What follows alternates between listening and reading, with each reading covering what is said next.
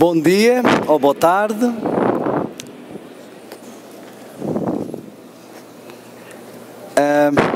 Nós vamos avançar hoje para a nossa última temática, talvez a mais importante em termos de assunto, embora as outras tenham tido também o seu devido lugar. E eu gostaria que nos preparássemos para tal, de uma forma bem prática, bem direta, mas acima de tudo bem espiritual. Queria que nos preparássemos para este momento. Nós vamos falar de um assunto extremamente importante, mas ao mesmo tempo nós precisamos de ter grande equilíbrio para lidar com este tema. Se você reparou, o título das temáticas era a batalha final, última missão, e como eu disse, ele era um apanhado de várias coisas. Estamos perante uma última batalha, um último conflito, e se é verdade que isso engloba o Armagedom, o último conflito que vai haver entre o povo de Deus e as hostes do inimigo, também é verdade que nós temos uma batalha mais importante do que essa para travar, que é a batalha que nos pode preparar para esse conflito, e essa batalha é do caráter. Então a temática ela englobava várias coisas. Ela englobava a batalha espiritual que temos que travar com as hostes do inimigo, ela englobava a batalha que temos que travar com as resistências que vão surgir quando queremos avançar, e ao mesmo tempo a batalha que temos que travar com o nosso caráter. Hoje nós vamos falar sobre essa batalha. Já começámos e adentramos esse tema, mas vamos continuá-lo.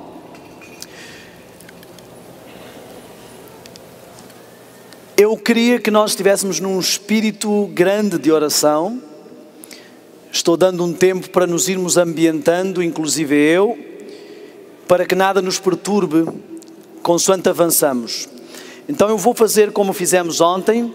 Vamos começar com um momento de oração mais curto e individual, todos aqueles que se puderem ajoelhar. E desse momento de oração, nós vamos então começar o nosso tema. Oraremos em silêncio e eu terminarei com uma oração.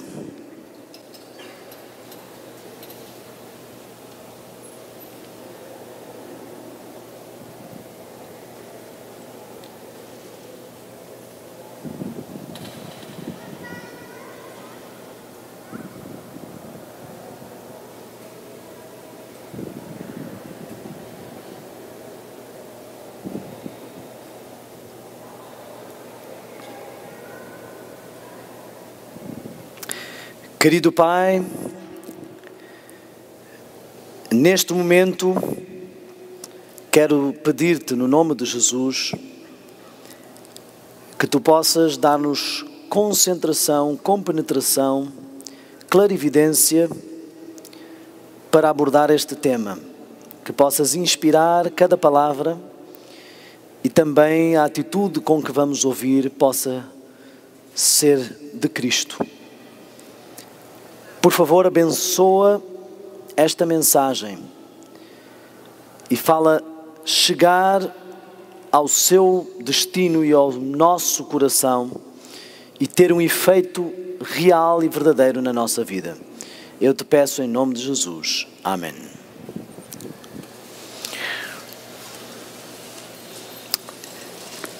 Caráter, a última missão. Há várias coisas que estão implícitas neste tema. O irmão Mauro estava mesmo há pouco a falar sobre a questão da natureza humana de Cristo. Eu quero fazer alguns comentários sobre isso. Eu e até ler um pouco sobre essa questão, mas eu vou apenas comentar. Os conceitos que nós vamos tendo de várias coisas vão tendo uma influência sobre a forma como encaramos a espiritualidade. A Igreja precisa passar por um reavivamento e reforma. O próprio Presidente da Conferência Geral lançou esse mote na sua primeira sessão. O Espírito Profecia diz que reavivamento e reforma são duas coisas diferentes, mas que se complementam e que uma não deve acontecer sem a outra. Talvez nunca tenhamos feito um paralelo entre justificação e santificação e reavivamento e reforma. O reavivamento é o processo espiritual que nos leva a despertar espiritualmente, a crescer espiritualmente e a desejar uma reforma. E esse é o processo físico, real, prático que acontece. Então, com o reavivamento, nós sentimos desejo de reforma. Com a justificação, nós somos capacitados para a santificação. Se uma pessoa tem um reavivamento emocional que não conduz a nenhuma reforma, então esse não é um verdadeiro reavivamento. E se uma pessoa tem uma reforma, pode reformar muitas coisas na sua vida, mas essa reforma não é acompanhada por um despertamento espiritual, por uma verdadeira justificação, ela não passa de regras e parâmetros. Então eu posso até ser uma pessoa que tem todas as reformas na sua vida, veste-se de forma correta, come de forma correta. Muitas das vezes as pessoas na igreja, a gente as ouve dizer que não é bem aí, o que Deus vê é o coração. O que é que Jesus disse? Que aquilo que está cheio o coração, não existe uma coisa sem a outra. E nós não devíamos confiar nas nossas intenções. Eu queria que nós tivéssemos bem claro algumas das coisas que já falámos. O objetivo não é prendermos-nos nos detalhes. Quando falamos de música, nós queremos falar de tudo, não só da bateria, mas de toda a adoração. Quando falamos de saúde, nós queremos falar não só de ser vegetariano, não ser vegetariano, se pode ir para o céu, se não pode ir para o céu, mas de todo o conjunto. Já reparou que muitos vegetarianos morrem com problemas de saúde sérios por vezes, porque às vezes não se libertam do stress. Às vezes até há um síndrome que acompanha alguns vegetarianos que é assim: eu agora sou vegetariano, e a pessoa está sofrendo ali para ser vegetariano, e se eu estou a ter que sofrer, então todo mundo vai ter que sofrer comigo. Então, se alguém não está sofrendo comigo, não pode ter nenhum cargo. Olha, meu amigo, coisa boa não precisa obrigar ninguém, tá? O que é bom, e ninguém precisa de ser obrigado. Eu, se tenho uma coisa boa, quem fica perdendo se não consumir essa coisa boa é quem não consumir. Mas quando falamos de caráter e de santificação, eu não queria que nos prendêssemos no detalhe, por exemplo, da natureza humana de Cristo, ou no detalhe da vitória sobre o pecado, se vamos ou não vamos pecar até ao fim. Os que acreditam que vamos pecar até ao fim, os que acreditam que não vamos pecar até ao fim, que é possível, não é possível, e às vezes nos prendemos demasiado sobre isso. Eu quase que pedi ao Levi uma massagem como aquela que ele me deu no outro dia, em todo mundo, se o Levi pudesse, para todo mundo relaxar um pouco aqui, não ficar tenso com essa história. Às vezes levamos muito nos nossos ombros o peso da vitória sobre o pecado, e ele na realidade deve ser depositado sobre os ombros de Cristo. Não é uma guerra nossa. Interessante que o Armagedon, o vale do Megido, é uma palavra que aparece algumas vezes na Bíblia. Há uma expressão, o verbo amar, e ligado ao nome de Gideão, soa como Armagedon no Antigo Testamento, e Gideão foi chamado para uma batalha em que ele venceu, não pelo seu poder, mas pela sua entrega. Também Jeosafate teve uma batalha no Vale do Megido e o Senhor disse assim: nesta batalha não tereis que pelejar. Sossegai e vede a vitória que o Senhor vos dará. Esse é o Armagedom. É verdade que há tensão, há perseguição, há inimigos, mas a batalha não é nossa. Nós somos canais através dos quais essa batalha vai passar. Então nós precisamos, nesta batalha espiritual, na questão do caráter, precisamos ter a confiança de Davi. Se Davi se centrasse no tamanho do gigante, certamente que ele não iria dizer as mesmas coisas que disse, nem avançar. Mas Davi estava tão centrado em Cristo que ele nem sequer prestou atenção suficiente ao gigante. O seu foco era a indignação daquele gigante estar a ofender a Cristo e estar a desonrar o nome de Jeová. Eu quero começar por dizer uma coisa bem clara. Eu não pretendo nesta palestra, nesta mensagem, neste sermão, não pretendo vir aqui provar até que ponto vamos pecar, se é possível ou não. Eu sei que muitos até dos que dizem que eu sou perfeccionista, eu quero fazer uma declaração.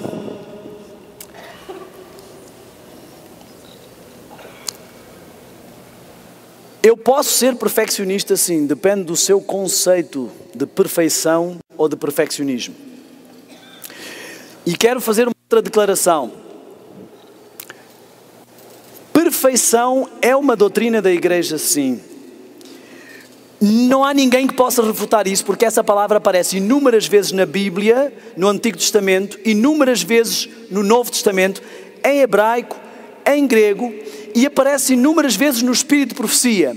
Portanto, a palavra e o problema não é a palavra perfeição, nem perfeccionismo, porque às vezes nós dizemos a um colega de trabalho: você é um pouco perfeccionista, ficou tudo aqui direitinho, e nem sempre isso é uma ofensa, porque seria uma ofensa nos termos espirituais. O que está em causa aqui é qual é o seu conceito de perfeição e o que é que significa a palavra perfeição para cada um de nós. Qual é o seu conceito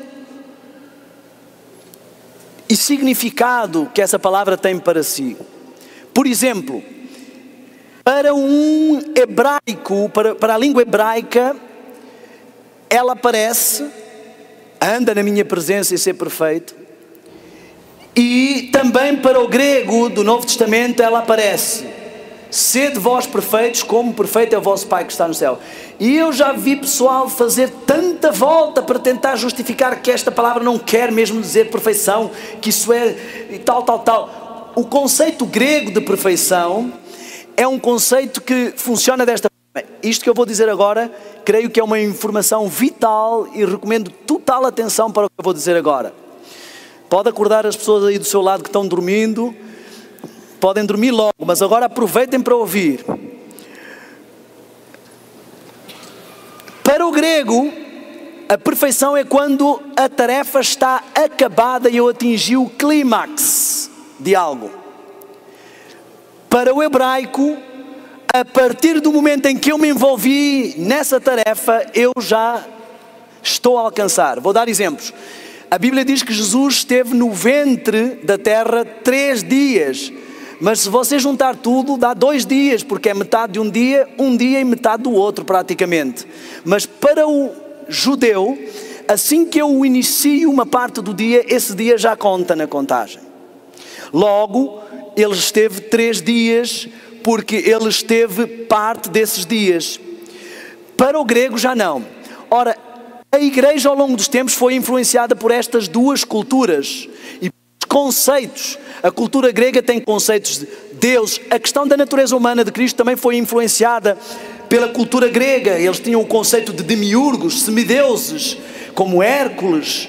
E muitas destas coisas atrapalharam. Quando na Idade Média nós tivemos pessoas que foram teólogos, que sentiam um certo complexo de haverem aqueles sábios gregos, como São Tomás de Aquino, São Agostinho, eles viam aqueles filósofos gregos e sentiam que o cristianismo também tinha que ter homens pensantes, e começaram a importar todos estes conceitos dos gregos, e trouxeram muitos conceitos que foram influenciando a forma como víamos a divindade, a forma como víamos a perfeição. Então eu quero que notemos como isso influenciou, por exemplo, a igreja hoje. A igreja católica, ela absorve a maior parte da sua teologia do mundo grego, da filosofia grega e da sabedoria. É uma teologia filosófica. Nós tínhamos um professor que nós dizíamos que ele nos ensinava filosofia sistemática em vez de teologia sistemática, porque ele era uma pessoa com uma mente mais filosófica. Ele tinha tido uma formação, o seu doutoramento tinha sido tirado na igreja católica, na Universidade Católica, e o grego, a cultura grega acabou por influenciar a igreja católica. Então, para um católico, um santo é uma pessoa que atingiu um patamar extraordinário e que é uma pessoa quase inalcançável, muito boa, fez muito bem, muita caridade, muitas obras. Mas Paulo escreve aos santos. Então, para Paulo, os santos são aqueles que começaram a carreira da santificação. Ainda que não tenham concluído, eles já são chamados santos, porque ele está influenciado pela cultura hebraica. Assim que você começa a carreira da perfeição e da santificação, você é considerado perfeito. Porque a perfeição cristã, e Paulo tem ali o equilíbrio das duas culturas, a perfeição cristã funciona desta forma. Eu tenho que estar plenamente, perfeitamente justificado, e tenho que avançar a minha santificação de uma forma perfeita. Logo, isto é muito importante ser entendido. Por exemplo, quando Paulo diz assim: escrevo aos meus irmãos, vós que sois perfeitos, aos perfeitos. Mas depois Paulo diz assim: não que eu julgue que já tenha alcançado. Paulo está a falar de duas coisas. Ele está a falar que eles são perfeitos porque eles já começaram a carreira da perfeição, e ao mesmo tempo ele está a dizer que ele não se considera perfeito porque ele ainda não concluiu a carreira da perfeição. Ele está a juntar o conceito grego de perfeição com o conceito hebraico de perfeição, e as pessoas ficam confusas. Então, mas é ou não é? Viu, Paulo ainda não era perfeito e ao mesmo tempo os outros ele diz que são perfeitos. Eu digo-vos uma coisa com toda a sinceridade: como cristãos seria melhor irmos para a teologia que para a filosofia. Filosofamos muito com esta palavra. Não precisamos filosofar tanto, porque Ellen White não escreveu nem em grego nem em hebraico, escreveu em inglês, que é uma palavra que qualquer um consegue entender, e quando ela escreveu perfeito, todos nós sabemos o que ela queria dizer com isso. Mas todos temos que ver o que é que está no nosso contexto psicológico de noção do que é ser perfeccionista ou do que é ser perfeito. Então, não é honesto dizer que alguém é um perfeccionista, porque isso não está a dizer nada. É a mesma coisa que dizer essa pessoa é uma pessoa comparativamente prática. Eu, quando cheguei ao Brasil, às vezes utilizavam expressões que elas para o brasileiro tinham um significado diferente. Por exemplo, para um português dizer assim: olha, o cenário estava ótimo e eu vou tirar vantagem da situação, significa que, como era uma oportunidade, eu aproveitei. Para um brasileiro significa que eu me aproveitei da oportunidade. Tirar vantagem para mim significava uma coisa totalmente diferente. Então, se eu disser uma coisa, por exemplo, um amigo meu foi para Portugal, e brasileiro, e no primeiro dia, no primeiro mês de trabalho dele, quando chegou ao fim do mês, o patrão perguntou: você quer receber agora ou logo? E ele achou que era uma piada, não é? Quer receber agora ou já?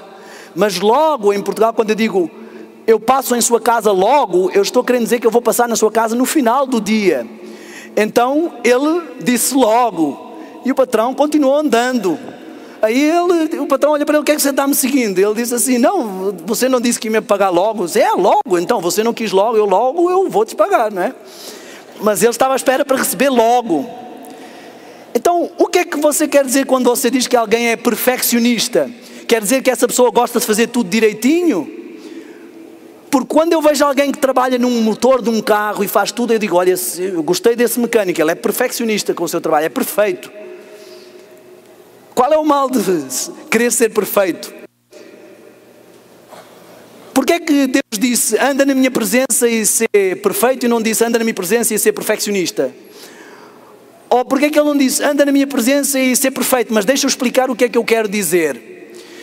O parâmetro de perfeição que Deus está dizendo é muito claro. E agora você vai pensar muito seriamente nisto que eu vou dizer. Sede santos como eu sou santo. Perfeito como eu sou perfeito. Espera lá, não quer dizer bem que Deus seja perfeito. O que quer dizer é completo, maduro. É isto que estamos querendo dizer quando dizemos que, quando filosofamos acerca da palavra perfeito que está ali. E quando dizemos assim, não é possível ser perfeito, estamos dizendo, olha, o que Deus pediu não tem nada a ver, Deus. Você não sabe o que você está falando, Senhor. Porque como é que nós vamos... Então, o Senhor me diz, anda na minha presença e ser perfeito, mas eu digo-lhe, Senhor, isso não dá. Não sei se vocês notam, mas isto é a filosofia de Caim. Traz uma oferta, ovelha não dá, eu vou levar fruta. Normalmente isso está ligado, isso sim, é justificação pelas obras. Explicando um pouco esta questão, eu queria então avançar e quero fazer mais uma explicação introdutória. A questão da natureza humana. Há aqui algumas coisas em que as pessoas dizem assim, eles são pré-lapsarianos, pós-lapsarianos, e voltam aquelas palavras que ninguém entende nada. E alguns ficam olhando assim, são pós-lapsarianos, cuidado, mas não sabem nem o que é. Mas é uma palavra complicada, não é? Então a pessoa já fica, deve ser dissidente do pior que há. Pós-lapsariano, não deve ser brincadeira. Primeira coisa, todos nós temos natureza humana, não sei se vocês sabiam disso, não é? Eu tenho natureza humana, você tem natureza humana, Cristo tem natureza humana, Adão tem natureza humana. Portanto, isso não é o ponto que está em causa aqui. Todo mundo tem natureza humana. Agora, a questão que se coloca é... será que eles então não acreditam que Jesus era humano? Não, esse não é o ponto. 100% divino e 100% humano. Aí você pergunta... Isso não dá 200%? É como as pessoas que dizem assim, vocês são politeístas, porque olha, Pai, Filho e Espírito Santo, 3 deuses, 1 mais 1 mais 1 faz 3, e a pessoa esqueceu que é 1 vezes 1 vezes 1, faz 1. Da mesma forma, você não vai somar 100% humano com 100% divino. Nele habitava a plenitude da divindade. Começamos já aqui com algumas diferenças. Em algum de nós habita a plenitude da divindade? Nele habitava corporalmente. Mas como é que é isso? Então Deus cabe num corpo humano? Meu amigo, o Mauro acabou de explicar. Algumas perguntas deixa para o céu, que lá a sua mente já vai entender um pouco mais. A gente não entende nem como é que é um átomo, quer entender como é que é o mistério da encarnação, que os anjos estão passando uma eternidade para entender, e vamos passar uma eternidade para entender. Você quer entender tudo agora? Isso chama-se imediatismo. Então, está claro que o problema não é se ele era humano ou não era humano, e está claro também que o problema não é se ele era 100% Deus e 100% homem. E também quero deixar claro que ele não usou a sua divindade enquanto esteve nesta terra, e eu vou até um pouco mais profundo. Ele não usou nunca em benefício próprio, e na maior parte dos casos em que foi feita uma intervenção divina, Cristo não foi quem fez. Ele deu ordens aos seus anjos e eles executaram os milagres. Quer um exemplo? O servo do centurião. A palavra de Cristo é uma execução, é uma ordem. E os anjos estão ansiosos para obedecer. Não são como nós que estamos ansiosos para desobedecer. Quando vieram para prender Jesus no Getsemane, você pode ler lá a descrição que o Espírito de Profecia faz, os anjos estavam assim ansiosos à espera do momento em que o general deles ia fazer só um sinal ou um movimento e eles iam defendê-lo. E eles ainda apareceram e fizeram a multidão cair e recuar para trás. Quando Jesus estava no Getsemane, os anjos estavam ansiosos para atuar, porque eles amam o seu general e querem obedecer ao máximo. Quando Jesus estava na cruz, os anjos estavam ansiosos para que fosse dada a ordem, já chega, basta. Diz o Espírito de Profecia que eles estavam à espera que, como foi interrompido o sacrifício de Abraão, também Deus no último momento interrompesse o sacrifício do filho, e que foi para eles um choque muito grande quando não houve nenhuma interrupção e tudo foi consumado até ao fim por mim e por ti. Temos que parar e pensar mais vezes nestas coisas. Você já viu o seu filho cair, sofrer, chorar? Hoje o Joel caiu da beliche. Eram 2 da manhã. Eu fiquei logo preocupado e a Sara também. Mas o Joel é meio borracha, né? Aí estava bem. Quase nem acordou.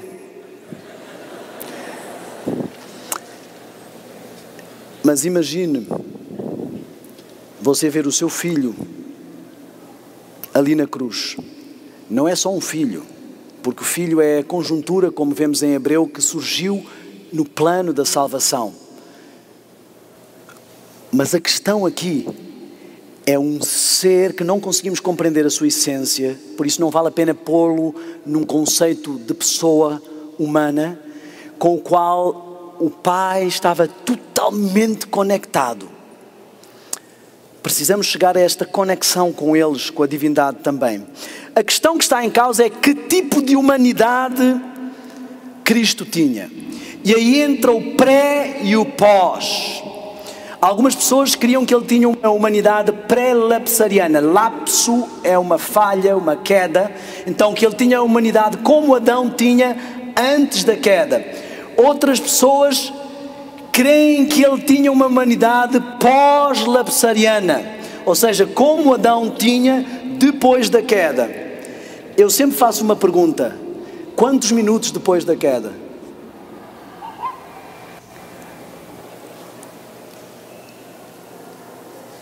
Temos que abranger um pouco mais daquilo que estamos a falar.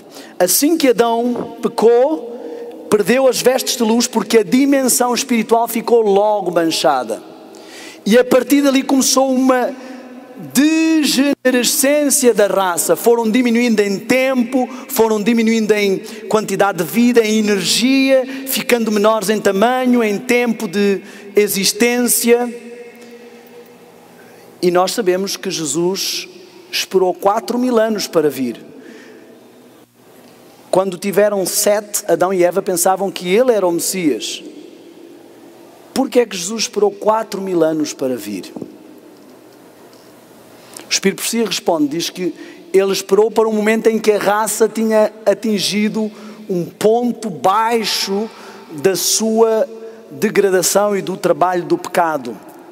Mas Jesus faz isto por algumas razões. Mas antes eu queria prender-me um pouco na questão do pré e do pós. Eu pessoalmente não aprecio utilizar estas expressões.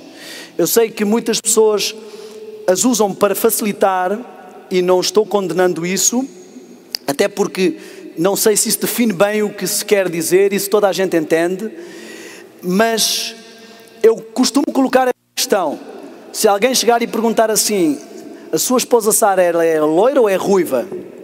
E eu disser assim, não, ela é morena. Não, responda à minha pergunta, ela é loira ou é ruiva? Às vezes nós polarizamos o que significa na mente daquele irmão pós-lapsariano, o que significa daquele irmão pré-lapsariano, o que é que ele realmente está a querer dizer com isso? Porque dentro do pós-lapsarianismo tem também diferenças de opinião quanto a pequenos detalhes. Dentro do pré também existem diferenças. Então, nem sempre um rótulo define tudo e não devíamos ter nenhum preconceito sobre isso. Já disse e volto a dizer que ser pós-lapsariano não é uma heresia. Alguns ramos do pós-lapsarianismo podem entrar em extremos de heresia, assim como alguns ramos do pré-lapsarianismo entram em extremos de heresia. Eu não estou defendendo nenhuma posição, porque eu não me considero com nenhum dos títulos. Não me considero nem pós, nem pré. Mas o que eu quero dizer é exatamente isso. Não quero confundir, porque o Mauro vai, por exemplo, apresentar um estudo, e eu nunca ouvi esse estudo, mas eu tenho confiança nos que já vi do Mauro, que ele é uma pessoa que vai buscar sensatamente cada detalhe. Eu não sei qual é a opinião do Mauro em detalhe, nós nunca falámos sobre essa questão. Sabem porquê que nunca falámos sobre essa questão? Porque para nós não faz diferença nenhuma, o ponto que interessa é que Jesus é o nosso modelo. Se você tiver isso claro, que Jesus é o modelo que você deve imitar, que você deve refletir o caráter de Cristo, acredite no que quiser. Você ser pré-lapsariano e acreditar que ele era como Adão antes da queda, só vai complicar mais o seu trabalho. Mas se você, seja pré ou seja pós, não acredita que Jesus é o seu modelo, então você está numa heresia. Se você não acredita que deve imitar a Cristo, seja ele quem for e como for, você está numa heresia. Eu prefiro, em vez de falar de pré e pós-lapsariano, falar de uma coisa que eu não sei se você já pensou, seja você pré ou pós. O Jesus pré e pós-ressurreição. Você reparou que a natureza humana de Cristo é diferente antes e depois da ressurreição? Talvez isto ajude a esclarecer um pouco sobre que natureza ele tinha antes de morrer e ressuscitar e com que natureza ele ressuscitou. E há várias coisas que entram em conceitos estranhos. Quer ver?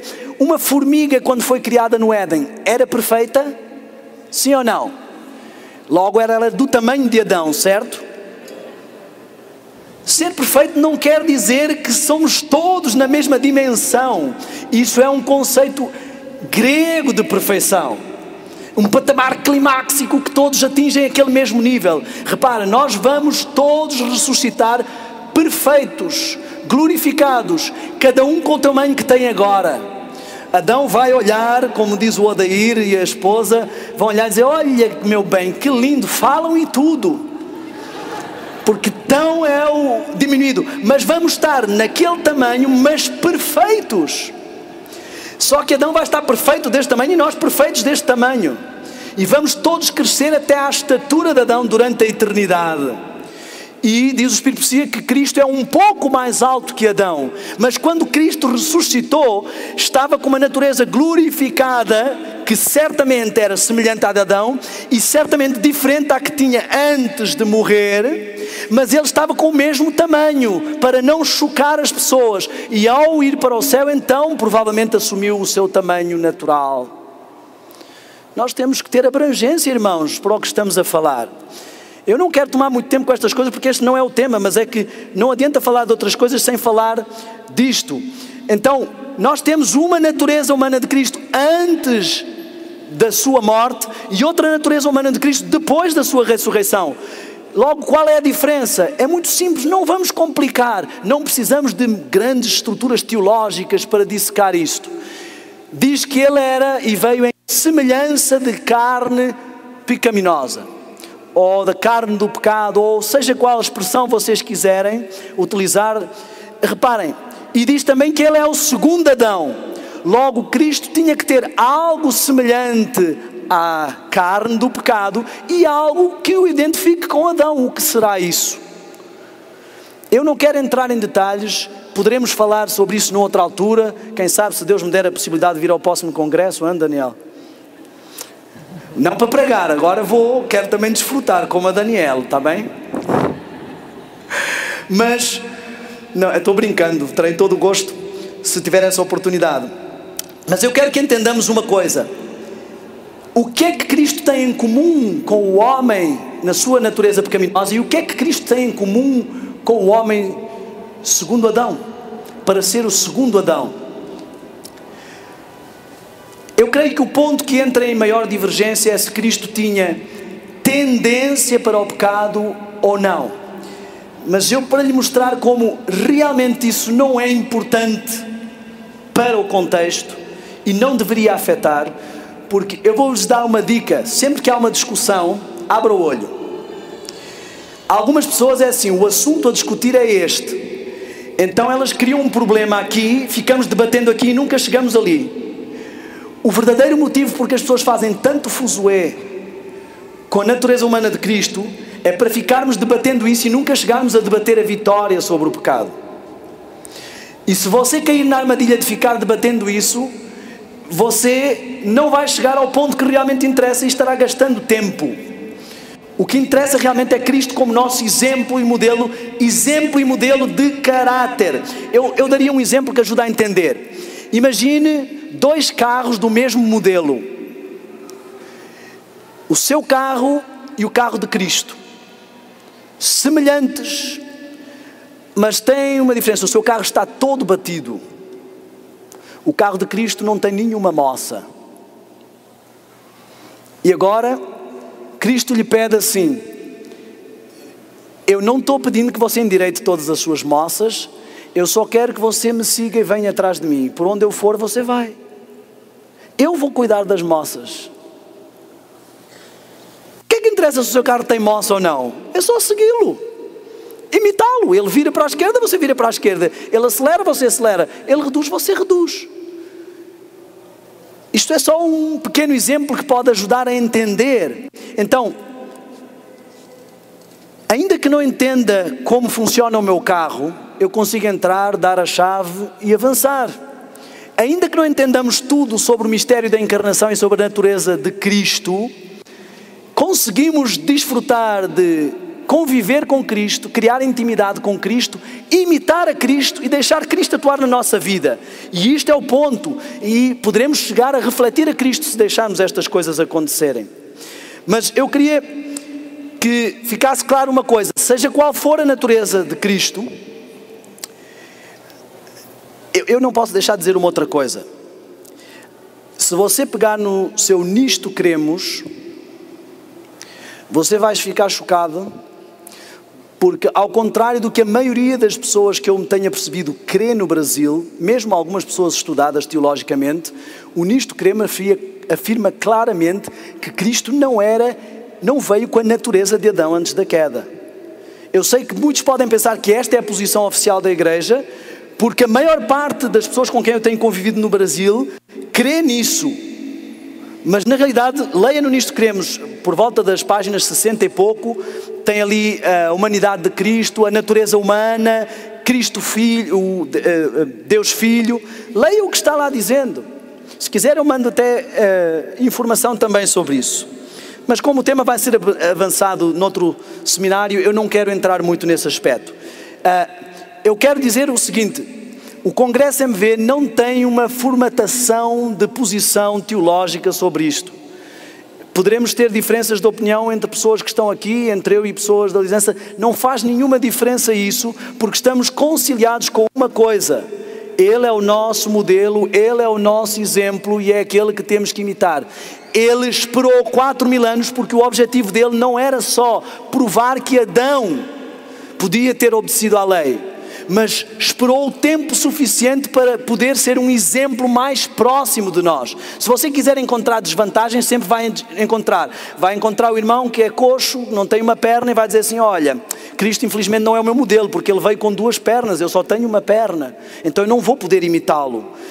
Outra pessoa vai dizer assim: olha, mas Cristo era homem, eu sou mulher, eu não vou poder imitá-lo. Cristo não tinha que vir necessariamente igual para poder ser um modelo a imitar. E eu vou-lhe perguntar uma coisa, dou-lhe algo e ponho assim na sua mesa e digo: olha, toma aqui um modelo, isto não dá para imitar, mas é um modelo.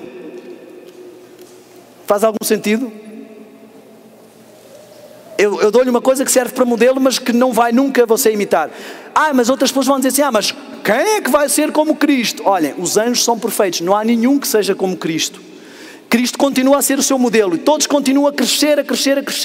Mesmo que exista um patamar de perfeição que alcancemos nesta terra, ainda vamos continuar a crescer. As pessoas perfeitas continuam também a desenvolver-se. No céu vamos desenvolver-nos para sempre. Então, as pessoas, eu vou ser sincero, vocês me desculpem, mas eu acho que em muito caso as pessoas estão arranjando desculpa para não imitar a Cristo. Arranjando conversa, argumento, para continuar na sua vida e condescender com os seus apetites, para não ter que imitar o modelo. Reparem, quando eu faço um molde daqueles de gesso, eu crio um molde e ponho bocados de gesso lá dentro, deixo secar e tiro. Nunca, nunca na vida, aqueles pedaços de gesso que eu faço ficam iguais ao modelo. O modelo é sempre mais perfeito, mas continua a ser bem semelhante e toda a gente vê que é a mesma coisa que estamos ali a falar. Quando eu me olho no espelho, o meu reflexo nunca é tão bonito como eu, mas continuo vendo que sou eu que estou ali. Certo? Então, Cristo não está pedindo que sejamos iguais a Ele. Cristo está dizendo assim: tal como eu me fiz semelhante a você, eu quero que você seja semelhante a mim, que reflita a minha imagem e o meu caráter de obediência ao Pai. Tal como eu me submeti ao meu Pai, apesar de estar no mesmo nível, que você se submeta ao nosso Pai, meu Pai e vosso Pai. Quero também esclarecer, desculpem, esta introdução está um bocado longa, né? Quero também esclarecer uma coisa. Tanto um Cristo pré-lapsariano como um Cristo pós-lapsariano são passíveis de pecar. Qualquer ser humano pode pecar, tem a possibilidade de pecar. Cristo podia pecar, Adão podia pecar, tanto que pecou, qualquer um de nós pode pecar. A impecabilidade foi aquilo que declarou o movimento de carne santa. Isso não tem nada a ver com perfeccionismo, no sentido do que as pessoas dizem de ser ou não ser perfeito. A impecabilidade significa que eu atingi um estágio na minha carne, diziam eles, que eu não, ainda que eu quisesse, eu não posso mais pecar. Adão podia pecar, estava perfeito. Está provado que até os seres perfeitos podem pecar. Portanto, o facto, mesmo que Jesus viesse perfeito, isso não quer dizer que ele não pudesse pecar. Então continua a ser um exemplo para mim.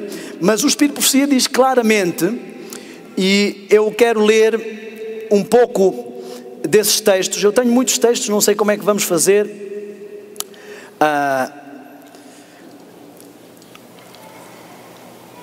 O Espírito de Profecia diz-nos claramente que Cristo não exerceu o seu poder para não pecar, que Ele não pecou, Ele atua na sua humanidade e não pecou por causa da comunhão que Ele tinha com o Pai e do poder que vinha do Pai.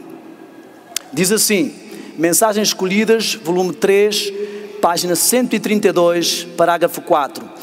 Ele assumiu a natureza humana com as suas debilidades, com as suas deficiências, com as suas tentações, foi tentado em todas as coisas à nossa semelhança, como diz Hebreus 4,15. Não exerceu o seu próprio benefício, em seu próprio benefício, nenhum poder que o homem não possa exercer. Isto é uma teoria minha? Está aqui. Querem que eu chame algum especialista em línguas vivas? Foi traduzido por alguém que considera-se especialista em línguas vivas. Eu espero que se consiga entender. As línguas mortas podem ter diferenças. Está claro. Não exerceu em seu próprio benefício nenhum poder que o homem não possa exercer. Enfrentou a tentação como homem e venceu na força que lhe foi concedida por Deus. Ele nos dá um exemplo de perfeita obediência. Tomou providências para que nos tornemos participantes da natureza divina e nos assegura que podemos vencer como Ele venceu. Alguém que diga diferente disto seja anátema, porque isto é a inspiração direta da palavra do Senhor. Eu não ouso sequer fazer nenhum comentário, porque posso não ter entendido algo que não me foi manifestado em visão. Ele nos dá o exemplo de perfeita obediência, não é uma obediência qualquer, é a perfeita obediência. Tomou providências, tratou para que nos tornemos participantes da natureza divina. Isto não é sermos deuses, não é carne santa, é estar unido, conectado com a natureza divina, assim como Ele está em comunhão com o Pai. Podemos fazer parte dessa comunhão através de Cristo, participantes da natureza divina, e nos assegura. É Cristo quem assegura. Quem disser o contrário é inimigo de Cristo. Nos assegura que podemos vencer como Ele venceu. Eu não estou zangado. Eu quero que todos ouçam bem, porque tenho uma santa indignação quando alguém chama Cristo de mentiroso. E às vezes ainda ousa desafiar aquilo que Cristo disse. A sua vida testificou que, volto a repetir, Mensagens Escolhidas, volume 3, página 132. A sua vida testificou que com a ajuda do mesmo poder divino que Cristo recebeu, é possível ao homem obedecer à lei de Deus. Como poderia eu pregar outra coisa? Isto está tão claro como a água. Ontem nós vimos vários textos dizendo que temos que ser semelhantes a Cristo, refletir perfeitamente a imagem e o caráter de Cristo. Eu não vejo quão mais claro. Eu não vou deixar que o inimigo crie um preconceito com a palavra perfeito só para não se pregar a verdade, só para baixar a norma. Cristo tomou providências. Eu agradeço, meu Senhor, porque tomou essa providência. Agora quero que eu lhe diga uma coisa. Quando eu olho para mim, eu não vejo minimamente como é que é possível uma coisa dessas. Impossível.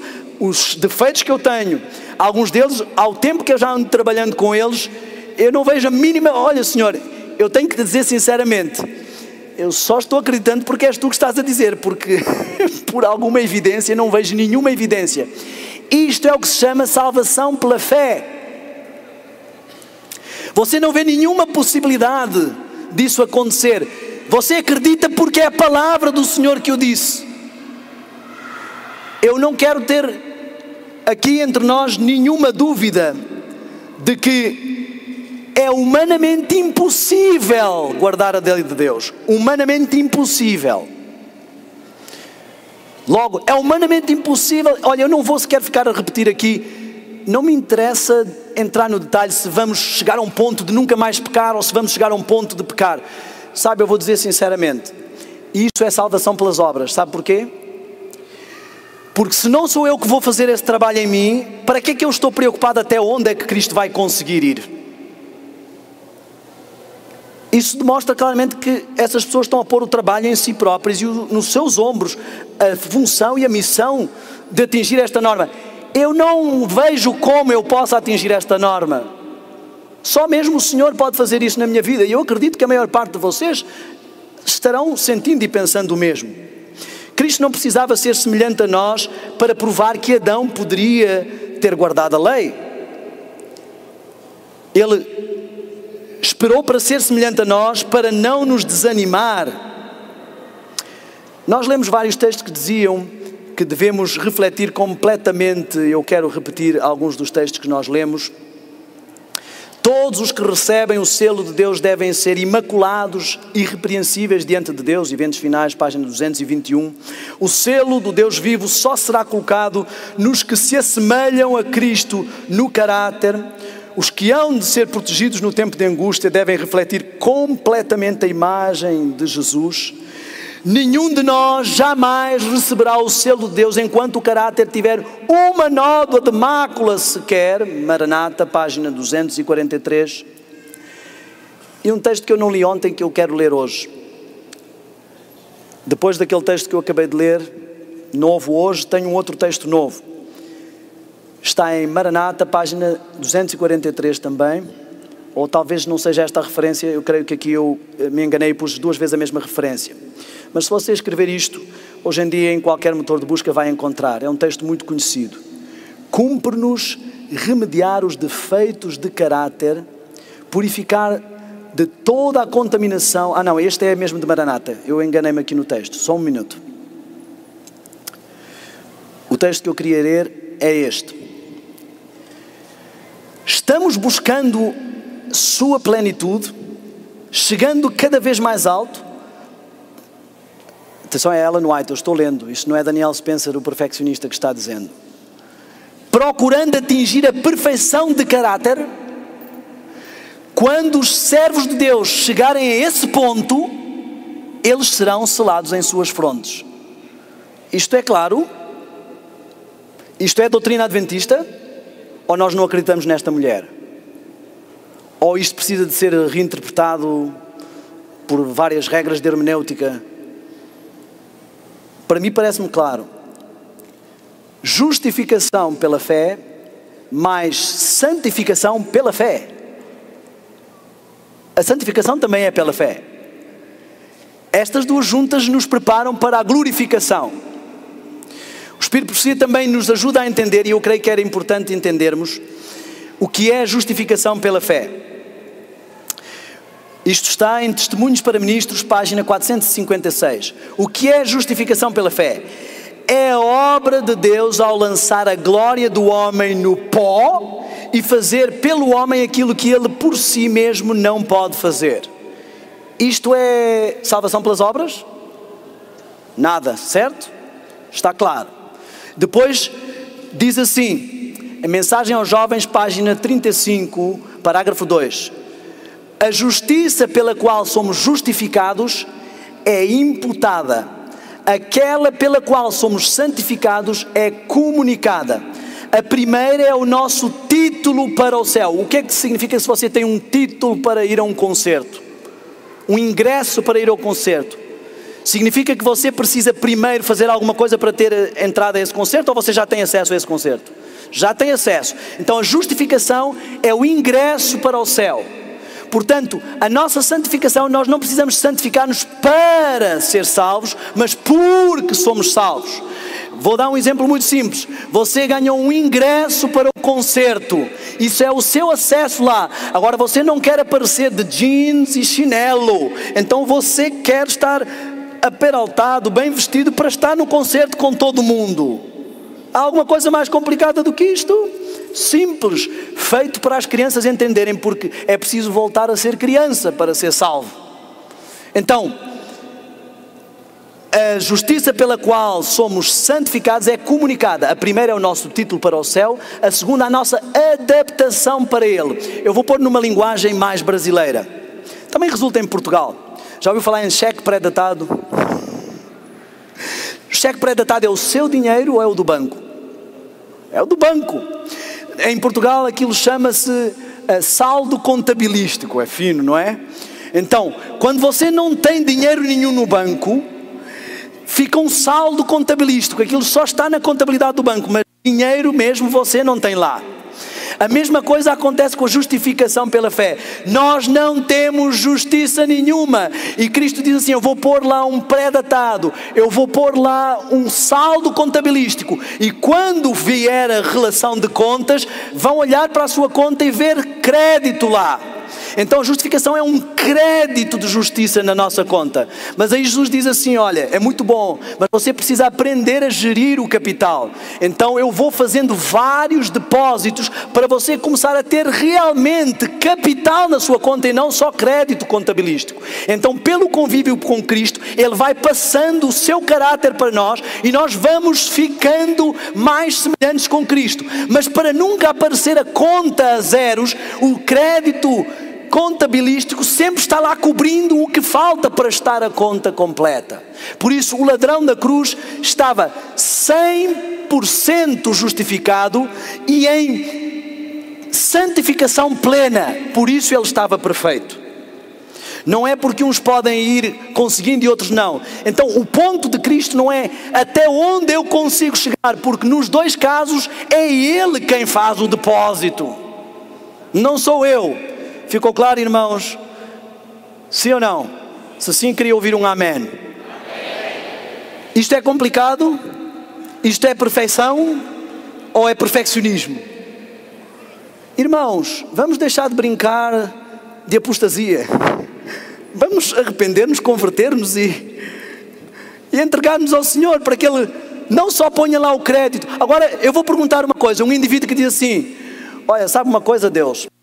Não precisa fazer nenhum depósito, eu não quero nem aprender aí como é que se gera conta. Pode continuar pondo aí um cheque pré-datado todo mês. O que é que esse indivíduo é? Não precisam dizer. Está se encostando. Ele não está dando valor àquilo que estão fazendo por ele. Qualquer indivíduo honesto vai pensar assim: mestre, estou tão contente que você está fazendo isso, por favor me ensina a gerir. Eu quero também, não quero mais ter buraco na conta. Eu quero ser como tu fazes. Qualquer filho quer ser como o pai faz. Isto não é perfeccionismo. Isto é gratidão. Isto é amor paterno. Eu queria que nós lêssemos um texto. Vamos abrir as nossas Bíblias. Este texto está em 2 Coríntios, no capítulo 3. 2 Coríntios 3, 18.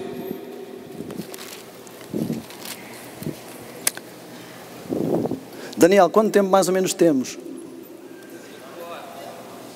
Ok, 2 Coríntios 3, 18. Diz assim, está falando de Moisés que quando estava com Deus saía brilhando. Quanto mais próximo de Deus, mais luz você reflete. Moisés saía de Deus brilhando. Lúcifer estava tão perto de Deus que ele era o portador de luz, era o anjo mais luminoso. Assim que Adão e Eva perderam a comunicação com a glória, perderam a luz. Mas todos nós, com o rosto descoberto, refletindo como um espelho. Alguém tem espelho em casa? Tem espelho em casa? Entendem esta linguagem? Está claro? Porque muitas pessoas vêm dizer que naquele tempo o espelho não refletia tão claramente. Isso varia de que instrumento era usado para fazer de espelho. Refletindo como um espelho a glória do Senhor. Somos transformados de glória em glória na mesma imagem. É na mesma imagem que está aí na sua Bíblia? É a mesma imagem. Isto bate certo com refletir completamente? É a mesma coisa, não é? É bíblico o que Ellen White disse? A mesma imagem, como pelo quê? Espírito, não é por nosso poder, não é por obras pessoais, é o Espírito que executa isto em nós. E Ele faz com que nós reflitamos como que a mesma imagem de Cristo. Agora, você sabe o que significa a glória? Se você for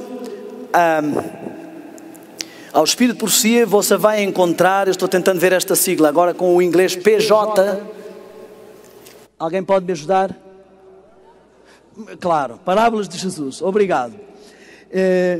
Parábolas de Jesus, vejo que não estão dormindo. Página 225, diz assim: a luz de sua glória, a luz que nós vamos refletir, seu caráter, é ela que diz, não é o meu comentário, está lá escrito, seu caráter deve refletir-se em seus seguidores. Como? A mesma imagem. Como? Como um espelho. Como? Completamente.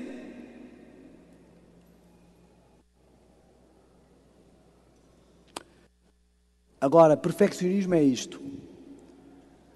Quando eu chego perto de Deus e digo assim, Senhor, este é o alvo. Então não posso mentir, nem uma mentirinha. Não posso cobiçar nada, nem olhar para o carro do vizinho. Nada. Ok, é isto que quero, Senhor. Eu vou fazer isto, eu vou te agradar. E eu vou e começo. E agora chega uma tentação e eu quase menti, mas consegui me aguentar. E veio outra e quase menti outra vez, mas consegui. E a terceira não aguentei. E volto para o Senhor, Senhor, desculpa, eu menti outra vez. Mas espera aí que eu vou te agradar, espera um bocadinho. Eu agora vou ao segundo dia, hoje vou respirar fundo. E não vou mentir hoje. Mas volto ao fim do dia e eu carrego um peso e chego a um ponto que eu chuto o balde, que eu digo, olha Senhor, está vendo, olha, eu queria muito, mas não dá, para mim não dá, esquece, pode-me queimar, eu não vou para o céu, isto é uma coisa complicada. É assim, algumas pessoas dizem assim, olha, eu queria ir para a igreja, estou pondo a minha vida em ordem para ir para a igreja. E, meu amigo, eu tenho que te informar que tu nunca virás para a igreja, porque é depois de vires para a igreja é que Deus põe a tua vida em ordem. Então nós estamos querendo fazer primeiro aquilo que é Deus que quer fazer. E Deus, nesse caso, Ele às vezes tem que ficar lá à espera. Eu às vezes tenho um problema para resolver no dia. E fico tentando e tentando, e vou e faço e tento e não deu, e vou tentar outra vez e dou e tal. E Deus está lá esperando. E o anjo, você já imaginou que você tem um ser de mais ou menos 4 metros, calculo, ao seu lado, só esperando, dizendo assim: olha, se você precisar de alguma coisa, eu estou aqui, é só para isso que eu estou aqui. Se você quiser fazer o trabalho, a obra sozinho, pode fazer, mas tem milhares de anjos lá, todos só assim, esperando. Qualquer coisa, uma oportunidade, a gente ajuda. Muitas vezes quando sai eu peço: Senhor, manda já uns anjos para lá, para preparar o caminho, ajeitar a coisa. Porque quando eu chegar lá vai ser muito mais fácil. E olha, eu já experimentei muitas vezes no meu dia, estou tentando andar, paro, faço uma oração. Às vezes é preciso 2, às vezes é preciso 3, no caso de Daniel foi preciso 21 dias, porque o caso era bem complicado. Mas Deus resolve, fica muito melhor resolvido. Estamos subutilizando energias, temos seres poderosos à nossa disposição e estamos querendo, mas sabe porque é que nós fazemos isso? Porque queremos sentir que eu fiz, fui eu que resolvi o problema. Isso é perfeccionismo. Quando eu chego a Cristo e digo assim: Senhor, olha, eu vou dar um outro exemplo que vai ajudar, um exemplo bíblico. Aquele homem que chegou ao rei e ele tinha uma dívida que algumas pessoas já fizeram as contas, considerando um salário da altura, bem pago, aquele homem ia passar milénios para pagar aquela dívida. E o rei diz assim: você tem uma dívida. Ele diz assim: calma, senhor, eu pagarei tudo. Ele é um louco, ele não sabe o que é o que ele está dizendo. Ele não tem noção da sua dívida. Então ele acha que ele vai conseguir pagar. E é por isso que ele depois não tem piedade com ninguém, porque o peso de ter que pagar aquela dívida, ele tem que cobrar de todo mundo, qualquer que seja o tostão. E ele não se sente perdoado, porque ele não vê o quanto ele foi perdoado, ele não tem sequer noção da dívida. Então ele não está vendo que aquela dívida do outro é muito menor do que a dele. Senão ele estaria com vontade de perdoar todo mundo, ele estaria tão contente que ele perdoaria todo mundo. Quando a pessoa vai para o perfeccionismo é porque ela não tem noção da sua incapacidade. Mas os perfeccionistas não são só aqueles que acreditam na vitória sobre o pecado ou que se pode viver sem pecar. Os perfeccionistas também são aqueles que acreditam que nunca é possível chegar sem pecar. Sabe porquê? Porque eles dizem assim, quando pergunta: então você acha que nunca chegaremos ao ponto de o Senhor operar em nós e não pecarmos? Ele diz: não, isso é impossível. Então o que é que você acha? Olha, eu não estou assumindo nenhuma posição, eu só estou mostrando os cenários. Olha, eu acho que vamos chegar até o melhor que pudermos e o Senhor aceitará isso. O melhor que quê? Então você não vai a lado nenhum, você não pode nada, você ainda não percebeu isso. Então ele acha que, olha o que é que ele acha? Ele acha que vir até aqui é possível, porque é até onde ele consegue ir. Mas ir até lá não é possível, porque ali só Cristo. Se ele percebesse que ele para vir até aqui precisa de tanto Cristo como para ir até ali, ele logo não teria nenhuma questão de: este pode, aquele não pode, ali chega, aqui não chega. Isto é perfeccionismo. E do pior, porque ele é disfarçado. O que significa refletir completamente a imagem de Cristo, eu creio que está claro. A lua debaixo dos pés reflete a luz do sol na mulher que é a igreja que está ali. Amigos, eu queria que passássemos um pouco mais à frente. O que significa guardar os mandamentos? Nós lemos que a guerra seria feita àqueles que guardam os mandamentos de Deus. Primeiro eu apresentei lá aquela diferença. Guardar e crer nos mandamentos de Deus é a mesma coisa? Os demónios creem e estremecem, eles obedecem? Todos os demónios creem na lei de Deus, mas não guardam a lei de Deus. Então os demónios também são perfeitos, porque eles creem, não estão conseguindo porque a sua natureza está demasiado caída, então não está mal. O que significa guardar a lei de Deus? Já expliquei claramente, eu não guardo a lei de Deus para ser salvo, mas porque fui salvo. Eu quero deixar uma coisa bem clara, ainda que eu de hoje para a frente nunca mais pecasse, eu continuaria a ser um pecador. E aqui entra uma coisa muito, muito séria que nós precisamos entender, irmãos. Isto que eu vou dizer poderá mudar a sua vida neste momento. Não é porque eu inventei isto, É porque isto é a mensagem do Senhor para nos ajudar a chegar até Ele. Muitos de nós adventistas passamos 20, 30, 40 anos de adventismo tentando vencer um defeito de caráter. E chega um ponto que a gente diz, eu não percebo tanto tempo de adventismo e não consigo. Faz anos que eu estou tentando isso. Porque nós não compreendemos a diferença entre duas coisas. Pecado como ato e pecado como condição. Por exemplo, o que acontece é isto. Eu cheguei aqui, não resisti, menti. E vou ao Senhor e confesso a minha mentira. Senhor, eu não devia ter feito aquilo. Às vezes a minha confissão é racional e não espiritual. Não houve um verdadeiro arrependimento. Eu não estou arrependido daquilo. Aquilo me deu jeito, eu até gosto. E outra vez quando surgir a oportunidade eu vou sentir logo vontade. Porque aquilo vem mesmo no momento certo. Eu não estou arrependido daquilo. Mas eu sei racionalmente que o Senhor não gosta. Então eu vou intelectualmente, convencido, mas não convertido, eu vou dizer ao Senhor, Senhor, desculpa, eu não devia ter mentido. Ontem eu também menti, foi errado, desculpa, está errado. Eu prometo que eu não minto mais. Primeiro eu prometo uma coisa que não depende de mim. Hein? Daniel, eu prometo que eu vou emprestar o seu carro ao João. Não posso prometer, não é o meu carro, é o carro dele. Então, eu não posso prometer uma coisa que é Deus que vai fazer. Eu não vou, Senhor, eu prometo que eu vou fazer aquilo que és tu que operas em mim. Eu só posso entregar-me. Então, eu estou numa situação e confessei o meu pecado que eu cometi. E saio no dia seguinte, ou mesmo no mesmo dia, voltei a cometer o mesmo pecado e volto para lá e digo, Senhor, desculpa, outra vez, isto. E depois chega um ponto que o diabo já começa a dizer, olha, eu estou achando que isso já começa a ser pecado contra o Espírito Santo, viu? Porque você já pecou tantas vezes e você nota-se que você gosta disso, porque você vai lá, pede perdão, mas volta fazendo o mesmo. Isto já tem uns aninhos que você está nisto e a pessoa já começa a sentir complexos de culpa e tudo mais. Quando na realidade o problema dela foi este.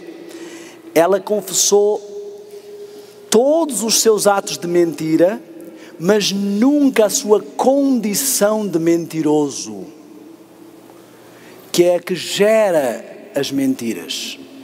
Ela está focada no pecado como um ato e não o pecado como uma condição. Ainda que o povo de Deus chegue ao tempo da angústia e tenha todos os seus atos confessados, a angústia dele está porque ele ainda olha para Cristo como modelo e sente que precisa confessar a sua condição pecadora. É algo totalmente distante dele e ele está tão próximo de Deus que ele vê isso com nitidez, ele se sente um traste. Os outros olham para ele, diz o Espírito de Profecia, e dizem assim, olha este homem como é um homem justo. Daniel, ele não orou dizendo assim, Senhor, por favor me atenda, eu sou um homem justo. Você vê que não está nenhum pecado meu registrado no livro. Ele se sente um traste, ele diz, Senhor, por favor, tem piedade, não executes o teu juízo, tem piedade, a nós pertence. Irmãos, precisamos entender e repensar a nossa espiritualidade em várias coisas. Ainda que eu nunca mais pecasse, sou um pecador e preciso de um Salvador, porque eu já pequei, então eu preciso dessa graça. Portanto, deixar o pecado, vencer o pecado, não faz com que eu deixe de ser um pecador. Agora, o facto de eu ser um pecador como minha condição e confessar isso, não significa que eu continue pecando. Volto a dizer, muitas pessoas gostam muito do texto de Romanos 7, em que Paulo diz assim, o bem que eu quero fazer não faço, mas o mal que eu não quero, isso faço. E muitos dizem assim, está vendo irmão, isso é a minha condição, isso é a nossa condição de todo mundo. Isto é Paulo. Primeiro, isto é Paulo recém-convertido. Alguns dizem que não era convertido, mas ele já tinha passado pela experiência de Damasco. Ele estava iniciando o processo. Nós temos que entender conversão. Conversão, tanto no antigo hebraico como no grego, representa mudança de direção, arrependimento. Por isso é que a Bíblia diz que Deus se arrependeu e nós pensamos assim, espera lá, mas como Deus se arrepende? E no outro texto diz, mas Deus não é homem para que se arrependa. é que as palavras têm as suas raízes e significados diferentes. Arrepender-se significa mudar de rumo e de direção. Então, o que Deus fez foi, estava abençoando estas pessoas, elas estão sendo infiéis e Ele se arrependeu, Ele mudou de rumo. Já não está indo naquela direção. E o que Deus pede é, você está vindo nesta direção, mas esse é o caminho da perdição. Arrependa-se, mude de rumo. Arrepender não é dizer assim, Senhor, desculpe que eu estou indo nesta direção, e continuar andando. Arrepender-se é, Senhor, se esta não é a direção, eu vou para ali. Mas acontece um problema com alguns. Eles vão numa direção, tomam consciência, se arrependem e depois ficam frustrados porque ainda não chegaram lá. Isso já é transformação, isso é o processo de santificação, é um processo de uma vida. O que ele não pode fazer é tomar atalhos ou voltar para trás no caminho da perdição. Ele continua de glória em glória até chegar à luz perfeita, porque o caminho do justo é como a luz da aurora, que vai brilhando até ser dia perfeito. Quem é o amanhecer do dia perfeito? Quando for brilhar a estrela da manhã, o amanhecer é a segunda vinda. Quem é o dia perfeito? Este é o meu modelo, Cristo. Eu vou avançando nessa direção com mais luz e mais luz, refletindo cada vez mais o caráter, até chegar a Cristo, até Ele me vir buscar. Então, eu queria que nós entendêssemos uma coisa bem séria. Se é Jesus que faz a obra em mim, qual é o limite? Até que ponto Jesus consegue? Quanta capacidade vocês acham que Cristo tem? Em quê? Infinita. O limite sou eu. E qual é o meu limite? É porque Deus não consegue operar em mim porque eu sou um pecador? O limite é a minha entrega. Mas eu estou disposto a render o meu eu. Eu não gosto de falar em até que nível vamos chegar de deixar de pecar, porque o limite não está nesta terra, ele vai continuar pela eternidade afora. E eu não quero estabelecer um limite tão baixo como a segunda vinda. Eu quero um limite que esteja para milénios e milénios de eternidade, sempre cada vez mais semelhante ao meu mestre. Mas algumas pessoas querem achar que não, deixa lá o mestre. Quando a gente chegar lá, logo a gente vai querer imitá-lo. Se tu não aprecias o caráter dele aqui, também não apreciarás o caráter dele lá. Sabem, eu era fã de Leonardo da Vinci. Como artista, eu também inventava umas coisas. Ele é um homem com muitos talentos. Eu olhava, uau, Leonardo da Vinci, escrevia com 2 mãos, as coisas que ele fez. E eu vou-vos dizer uma coisa com toda a sinceridade. Desde que eu comecei conhecendo realmente a Cristo, eu sou tão, não gosto de usar a expressão, mas só para entendermos, eu sou tão fã de Cristo, que eu desejo muito ser como Ele. A última coisa que eu vou dizer, e se eu disser isto eu vou ficar muito triste para mim mesmo. Eu não posso ser como Ele. Eu não vou dizer isso com alegria, tipo, então eu posso continuar sendo como sou, porque eu não gosto de como sou. Eu às vezes olho para Ele e digo, como eu queria ser assim. Você já alguma vez olhou para alguma coisa ou para alguém e dizer, como eu queria isto? Quando você quer uma coisa, você avança para aquilo realmente. E se você realmente quiser ser como Cristo, e o poder depende dele, o que é que falta para ser como Ele? O problema é que nós não queremos realmente ser como Ele. Há muita coisa em que eu olho para Cristo e o admiro, mas há outras em que eu ainda quero ser como Daniel. E essas coisas precisam ser confessadas, não os seus atos apenas, mas a condição. Eu espero estar esclarecendo coisas que podem estar a atrapalhar a sua vida há muito tempo. Eu queria avançar para a conclusão do nosso tema. Ainda falta um pouquinho, mas eu tinha uma coisa planeada. Não quero surpreender a Gabi como surpreendi a minha esposa.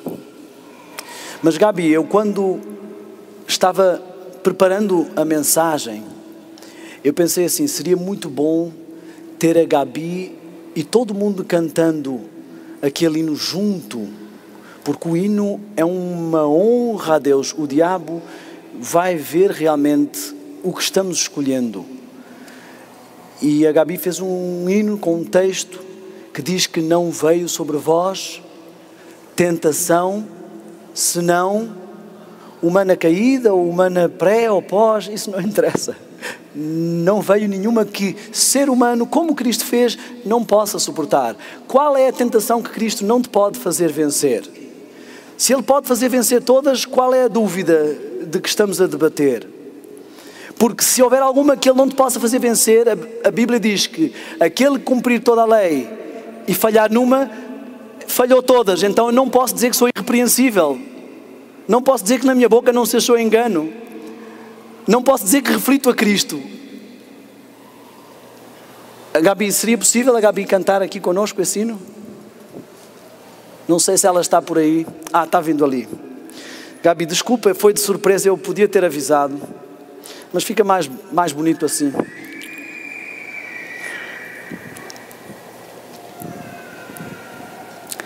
Queria que cantássemos este hino no contexto da mensagem que estamos a ouvir, creio da parte do Senhor, independentemente das minhas lacunas humanas, caídas. Às vezes as pessoas dizem assim, errar é humano, e eu acrescento sempre, caído. Errar é do humano caído. Deus criou o ser humano não para errar.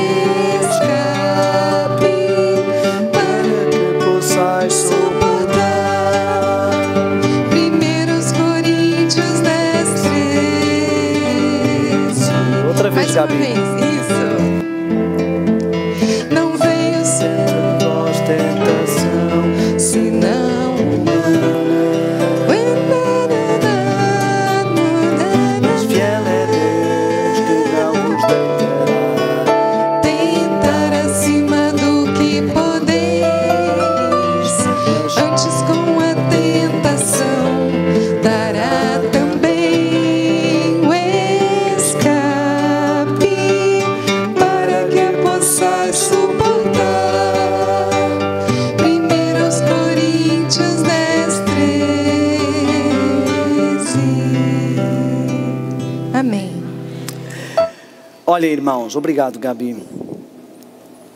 Não me compete a mim, como ser humano, definir até que ponto vai chegar a minha santificação. Essa é uma coisa que é salvação pelas obras e que não me compete. Isso é uma coisa que eu tenho que deixar na mão de Cristo. Uma coisa sim me compete a mim. Se eu quero ter crescimento na graça, crescimento em Cristo, eu preciso ser humilde perante Cristo, entregar-me e render-me para que Ele me transforme. É necessário que Ele cresça e eu diminua. Este é o problema que está aqui. Sabe qual é o limite? O limite é até onde eu sou capaz de diminuir. Até onde eu estou disposto a diminuir. Esse é o limite. Então, se eu disser assim, eu não vejo que eu vá ser capaz de diminuir mais do que aquilo, ali é onde eu vou chegar. Se eu vir e se me entregar, vendo que não sou capaz, e disser, Senhor, opera em mim o querer e o efetuar, porque não sou eu que opero. Eu tenho desejo, mas o querer e efetuar é Deus que executa em mim. Se eu quiser me disponibilizar para Ele trabalhar isso, Ele não tem nenhum limite. Por isso eu não vou ficar debatendo até que ponto se vamos conseguir ou não deixar de pecar, ou se vai ser isto ou aquilo. Mas eu quero de qualquer forma que vejamos uma coisa. Pergunto: é possível Cristo ter uma total vitória sobre o meu eu? Sim ou não? Não há nenhuma dúvida sobre isto. A única coisa depende de eu ter uma total entrega do meu eu. E se houver uma total entrega, Ele diz que fará muito mais do que podemos pedir ou imaginar, para nos preparar irrepreensíveis para a sua vinda. Irmãos, eu quero que leiam comigo, por favor, Filipenses 1. E vocês vão ver aqui uma coisa muito importante. Filipenses 1. Vamos ler o versículo 6 e o versículo 10. Prestem muita atenção a este texto. Tendo por quê? Como é que está no vosso? Certo. O que é que significa ter por certo isso? É garantido. Garantido. Estou garantindo. Tendo por certo isto mesmo, que aquele que em vós começou a boa obra, vai conseguir fazer-vos chegar até aqui. É isso que diz aí? Fará o quê? Aperfeiçoará? Não será que esta palavra é perfeccionista? Aperfeiçoará. Aperfeiçoar significa tornar pleno, maduro. No grego é isso que significa. Pleno, maduro, no expoente máximo. Quando se diz um homem perfeito, quer dizer que ele já cresceu à estatura. Quando se diz perfeito em Cristo, crescemos ao nível da imagem de Cristo. Nunca como Cristo. Isto é muito claro. Aquele que em vós começou a boa obra, a aperfeiçoará no dia de Jesus Cristo. É isto que diz a vossa Bíblia? É o que é que diz? Ops, até. Nós já falámos aqui sobre o até. Significa que é um processo que inicia e que vai até ali. Não é no dia de Jesus Cristo que Ele a aperfeiçoará, mas até ao dia de Jesus Cristo. Leia o versículo 10. Para que aproveis as coisas excelentes, para que sejais sinceros e sem escândalo algum. Até quando? Até ao dia de Jesus Cristo. Eu queria ler aqui um texto muito sério. Atos dos Apóstolos, capítulo 52, página 298. Ninguém, olhem, eu até vou orar. Querido Pai, por favor, que a Tua palavra seja anunciada com poder e que o Teu povo se posicione perante ela com fidelidade, com tremor e temor, com respeito, porque com Deus ninguém se brinca, mas também entendendo que não depende de nós, mas de Ti, pelo Teu poder. Por favor, usa-me neste momento para mencionar as coisas que Tu inspiraste, em nome de Jesus. Amém. Ninguém precisa deixar de alcançar em sua esfera a perfeição do caráter cristão. Pelo sacrifício de Cristo foi tomada providência para que o crente receba todas as coisas que dizem respeito à vida e piedade, vida religiosa. Deus nos convida a alcançarmos a norma da perfeição e põe diante de nós o exemplo do caráter de Cristo.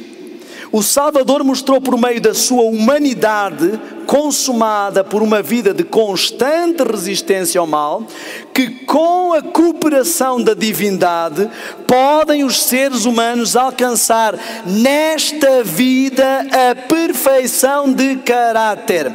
Esta é a certeza que Deus nos dá de que também nós podemos alcançar a vitória completa.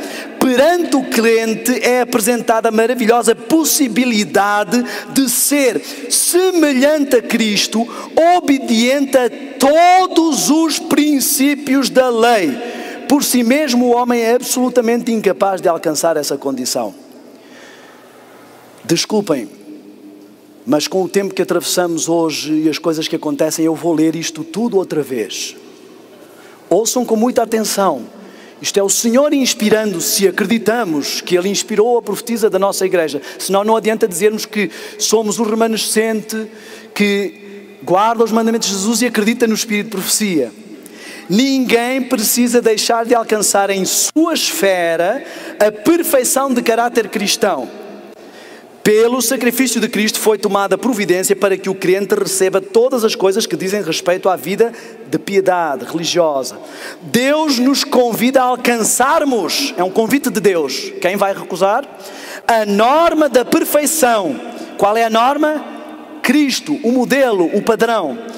E põe diante de nós o exemplo do caráter de Cristo. Essa é a norma que Ele diz que devemos alcançar. O Salvador mostrou por meio da sua humanidade consumada por uma vida de constante resistência ao mal, que com a cooperação da divindade, como é que eu coopero? Rendendo mais e mais o meu eu, podem os seres humanos alcançar nesta vida, não na glorificação futura, antes e até ao dia de nosso Senhor Jesus Cristo, a perfeição de caráter, seja o que for que você quer interpretar.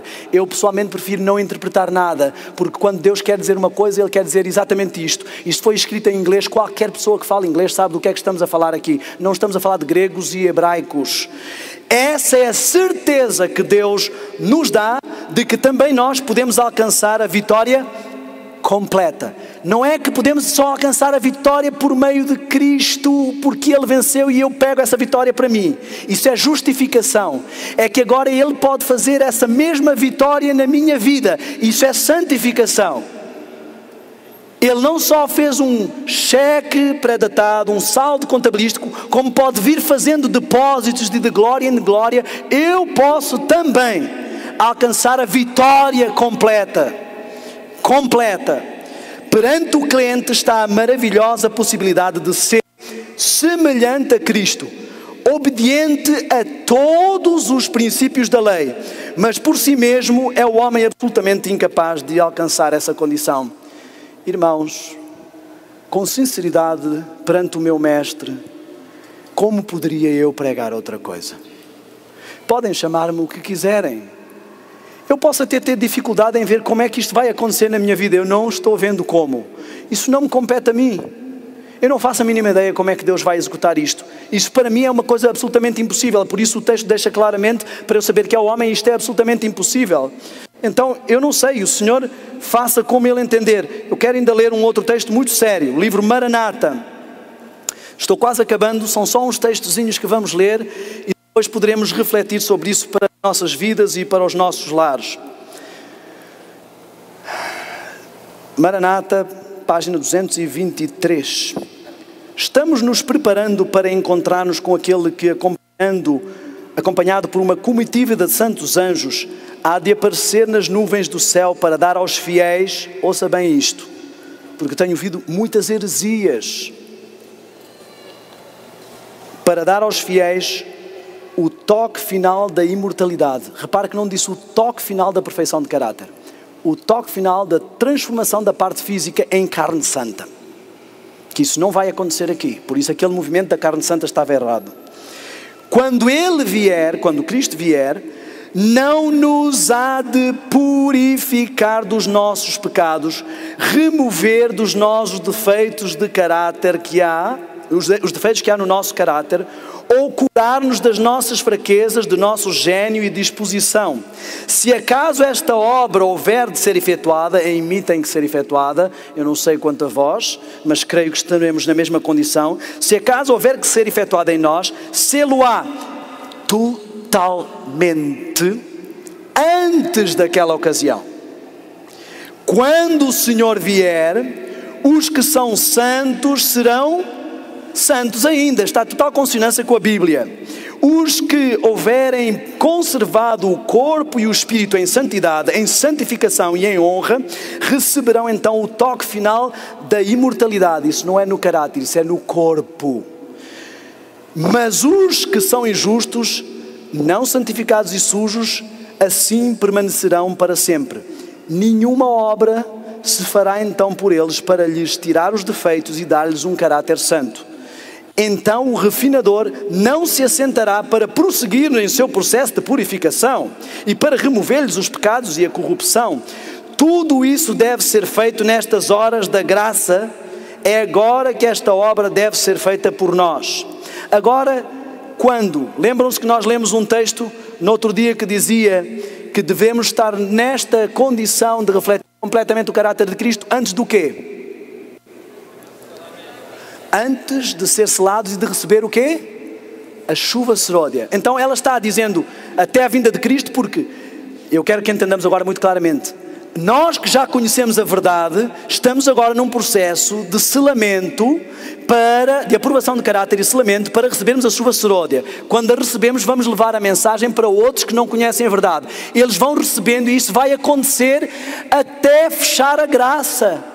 Mesmo passando pelo decreto dominical, o decreto dominical vai ser utilizado por Deus para levar ao mundo ainda mais a mensagem, e outros que vão ver o modelo de Cristo refletido nos seus cérebros vão dizer assim: eu quero ser assim. E nós vamos dizer-lhe assim: olha, sê meu imitador como também eu sou de Cristo. E eles vão vir e vão se entregar e vão ter que fazer em pouco tempo aquilo que nós tivemos muito tempo de fazer, porque o poder de Deus não tem limite, e eles vão ser aprovados refletindo o caráter de Cristo e estarão totalmente prontos para receber o Senhor nos ares, porque sem este processo ninguém pode passar pelo tempo de angústia, sem ter o caráter nesta condição. E nós já explicámos isso porquê, e eu quero repetir. Quero só ler mais um texto e vou concluir com uns pensamentos que eu gostaria que levássemos para casa. Ninguém diga, está em Mensagem aos Jovens, capítulo 25, página 99, parágrafo 2. Ninguém diga, não posso remediar meus defeitos de caráter. Se chegarem a esta decisão, certamente deixarão de alcançar a vida eterna. A impossibilidade está em vossa própria vontade. Se não quiserem, não vencerão. A dificuldade real vem da corrupção de um coração não santificado e do desejo de não se submeter à direção de Deus. Mensagem aos Jovens, página 99, parágrafo 2. Eu vou dizer abertamente porque não estamos mais em tempo de brincadeiras.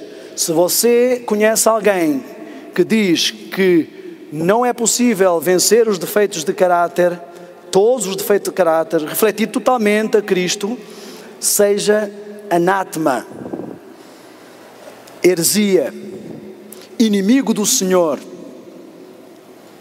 Não estou julgando a intenção e sinceridade dessa pessoa, mas quando Deus diz uma coisa e inspira a sua profecia para dizer uma coisa, e eu digo, eu estou-me colocando em lugar de Cristo, como inimigo de Cristo quando faço isso. Eu quero concluir com esta ideia. Tudo na história da salvação é uma cooperação divino-humana. A Bíblia é um trabalho divino-humano, conceitos divinos imutáveis com palavras humanas que podem falhar. A Bíblia tem erros, os erros humanos. Às vezes a expressão do profeta pode não ser a mais perfeita. Às vezes há momentos na Bíblia em que o profeta quer se referir a um texto e ele refere outro. Mas os conceitos da Bíblia que são divinos são imutáveis, são perfeitos. Também a salvação é um trabalho divino-humano. Cristo é uma conexão divina-humana. Tudo no plano de salvação é uma cooperação. Muito tempo se tem pregado que conhecer Jesus é tudo. Isso é verdade, mas o que significa conhecer Jesus? O Espírito Santo nos diz claramente, se não fizermos esforços da nossa parte, nada vai acontecer. Eu quero que entendamos o seguinte: não sou salvo pelos meus esforços, mas sem os meus esforços não há salvação. Cristo não fará por mim aquilo que eu não posso fazer, mas quando eu faço o que está ao meu alcance, porque eu desejo muito, Ele opera e completa tudo aquilo que eu não posso fazer. Mesmo antes de ter chegado ao meu destino, enquanto eu caminhar nesta direção, eu sou perfeito. Não é uma questão de que eu já não peco mais ou peco. Eu sou perfeito nesse estado. Se eu estou perfeitamente em santificação e estou perfeitamente justificado, não é possível saltar de um estágio para o outro. Eu não posso começar a santificação, eu não posso começar a reforma sem ter sido justificado, sem ter sido perdoado e creditado na minha conta aquilo que eu não posso dar. Então as pessoas que tentam começar a santificação, mas não foram convertidas naquilo que estão a fazer, elas são as que desistem de ser vegetarianas, desistem de estar na instituição, desistem de fazer isto e aquilo e aquilo outro, porque elas estão caminhando na sua própria força. As duas coisas têm que estar juntas. Também não posso passar para a glorificação sem ver a morte, se eu não estiver plenamente santificado. E eu vou dar exemplos bíblicos, porque eu não quero falar das minhas ideias. Quando Jesus estava prestes a ser sacrificado, estava triste e Deus mandou 2 pessoas para o animar. Quem foram? Elias e Moisés. O que é que aconteceu com Elias? Trasladado sem ver a morte. A mesma coisa Deus queria fazer com Moisés, diz-nos o Espírito de Profecia e nos mostra a Bíblia. Mas foi Moisés trasladado sem ver a morte, porquê? Porque ele manchou a sua santificação no momento crucial. Então ele teve que morrer, porque a santificação é um trabalho de uma vida, para poder ser então depois trasladado. Aqueles que estão à espera de, como Enoque, ser trasladados sem ver a morte, têm que, como Enoque, andar com Cristo. Poderão 2 andar juntos se não estiverem de acordo. Significa que o seu caráter tem que estar em comunhão e refletindo plenamente o caráter de Cristo. E como andam juntos, eles vão juntos e o Senhor os toma para si. É muito bonito pregarmos que estamos à espera de ver o nosso Senhor nos ares, mas isso implica mais do que apenas desejar. Isso implica uma entrega que tem que acontecer na nossa vida para ser trasladados, porque eu devo ser 100% justificado, 100% santificado, para poder então passar ao nível seguinte. Eu vou dizer uma coisa, não quero utilizar isto mal, mas até mesmo nos jogos de vídeo tem que ser assim. Você não passa para o nível seguinte sem ultrapassar o nível anterior. Justificação, santificação e glorificação são processos cumulativos. Se eu morrer antes de chegar o Senhor, então no estágio em que estou, eu estou perfeito se eu estava caminhando na direção, porque o Senhor sabe que seria uma questão de tempo e eu estaria refletindo e caminhando com Cristo, e Ele pode me levar para o céu, porque eu não sou um risco. Mas se eu sou uma pessoa que não está crescendo em santificação, levar-me para o céu seria como levar um outro Lúcifer.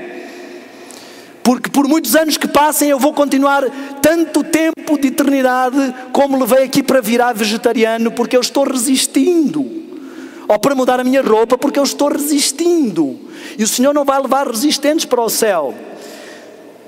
Eu quero terminar com estas questões. Já disse várias vezes que vou terminar e vou mesmo.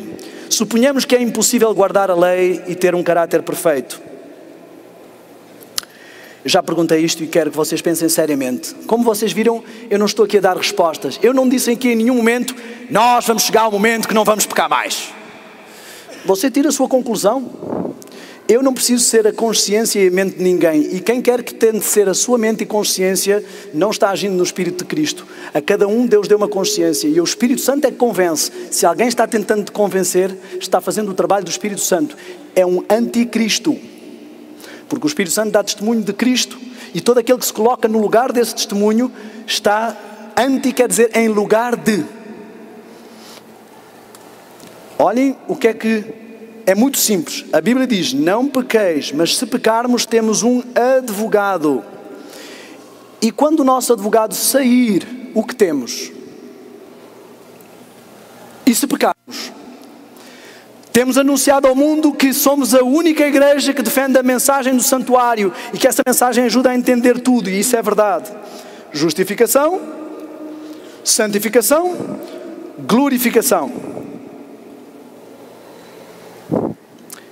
Eu entro com o meu pecado, transponho o pecado para o Cordeiro, o sangue do Cordeiro é transposto a culpa para o santuário, do santuário o sumo sacerdote no dia da expiação faz a purificação do santuário, transpõe aquela culpa para o inimigo, para o bode.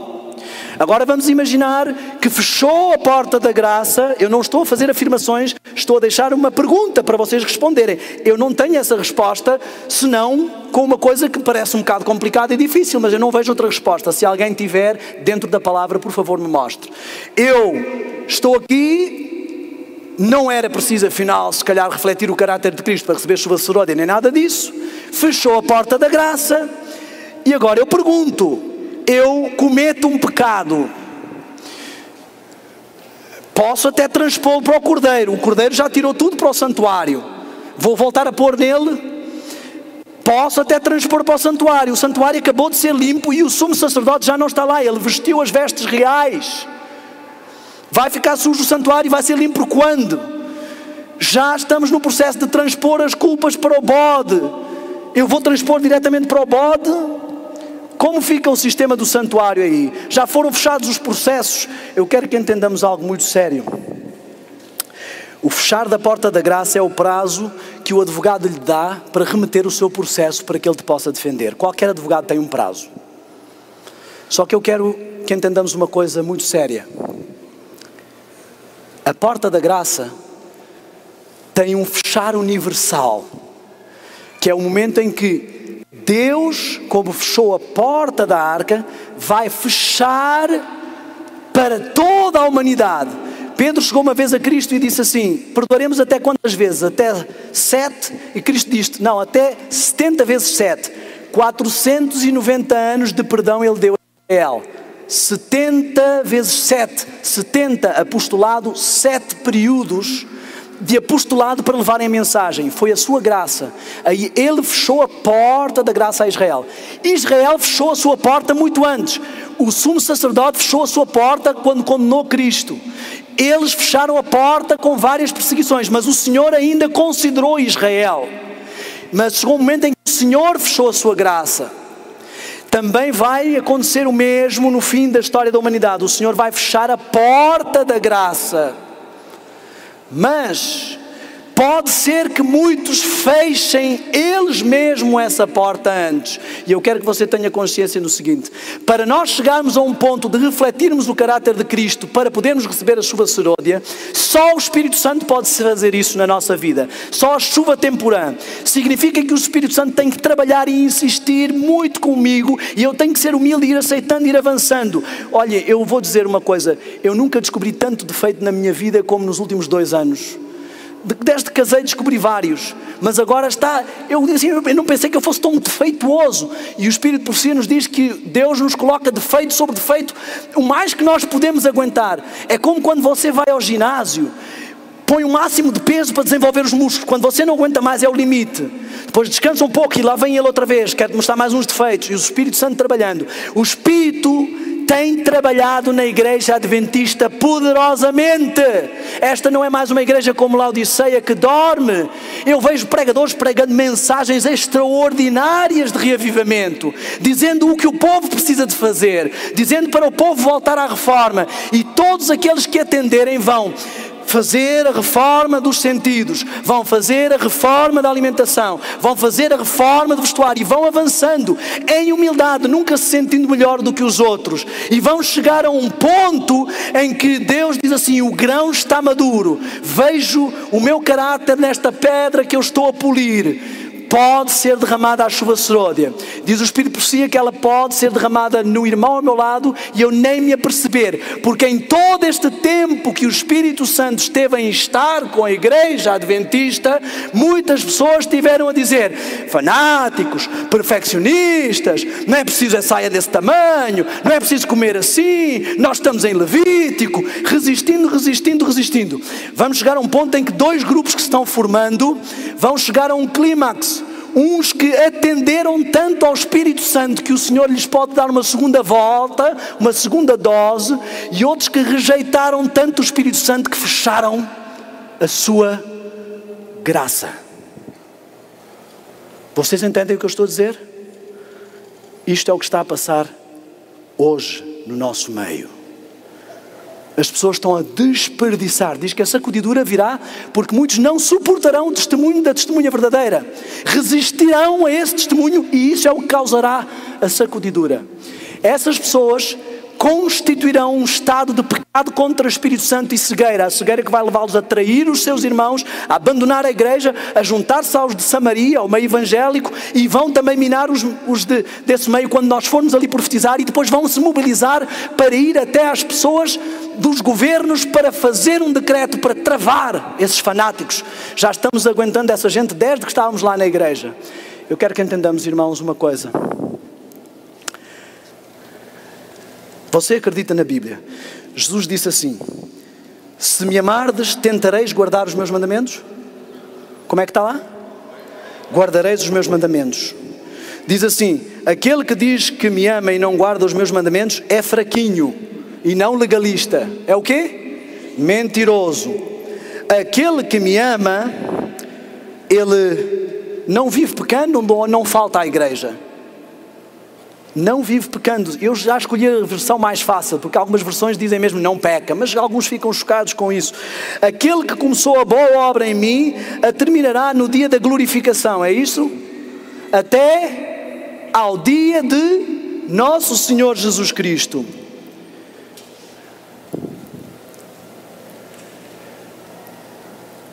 Jesus disse assim: se tu podes crer, tudo é possível àquele que crê. Marcos 9, 23.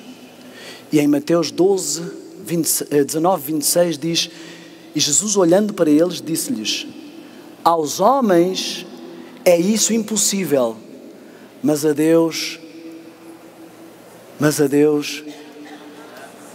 tudo é possível. Podes tu crer nisto? De acordo com a tua fé, assim te será feito.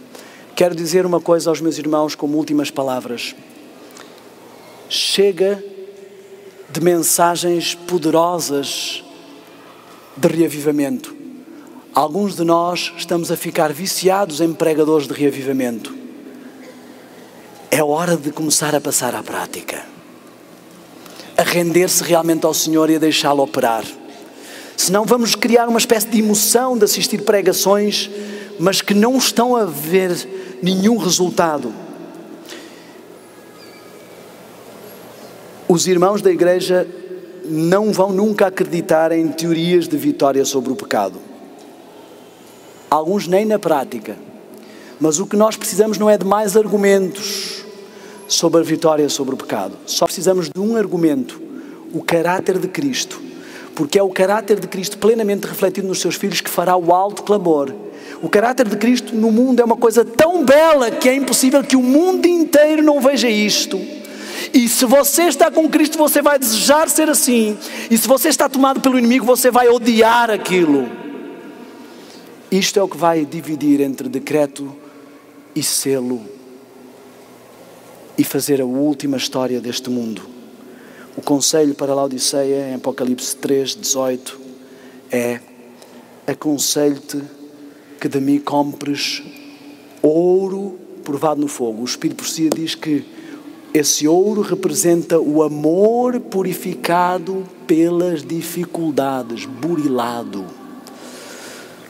O perfeito amor lança fora o temor. Provavelmente alguns sentados aí estão a pensar o mesmo que eu. Irmão, isto é terrível, doloroso. Isto quase que me desanima, porque você e eu ainda estamos muito para nós mesmos.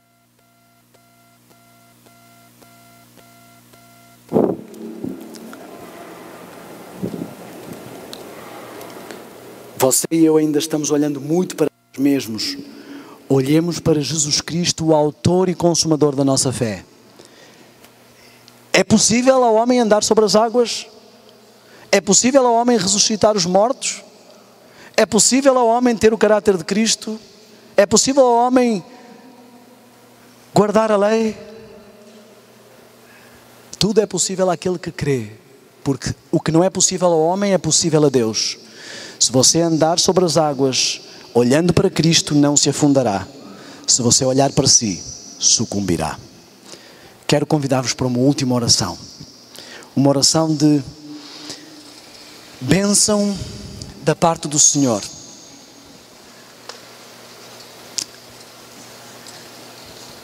Pai Santo e Poderoso que habitas nos céus, Senhor, chegamos a um tempo como nunca houve e brevemente teremos uma angústia também como nunca houve. Este processo de rendição do eu é algo que precisa começar já. Na realidade já deveria ter começado. Por favor, instiga, inspira e dá-nos poder para fazer e deixar de fazer essa obra na nossa vida. Quero pedir, Senhor, uma bênção especial no nome de Jesus sobre todas as pessoas que vieram a este lugar, que lhes dês, em primeiro lugar, firmeza de caráter para não condescender para a esquerda.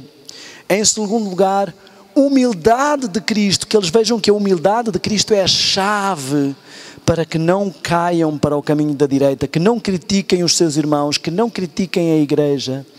E terceiro, um verdadeiro espírito para uma verdadeira adoração, em espírito e em verdade, em total entrega a Ti. Fortalece, por favor, Senhor, eu te peço, a Tua igreja. Opera e toma o comando, eu suplico. Prepara-nos para receber o refrigério da chuva seródia. Te peço em nome de Jesus. Amém.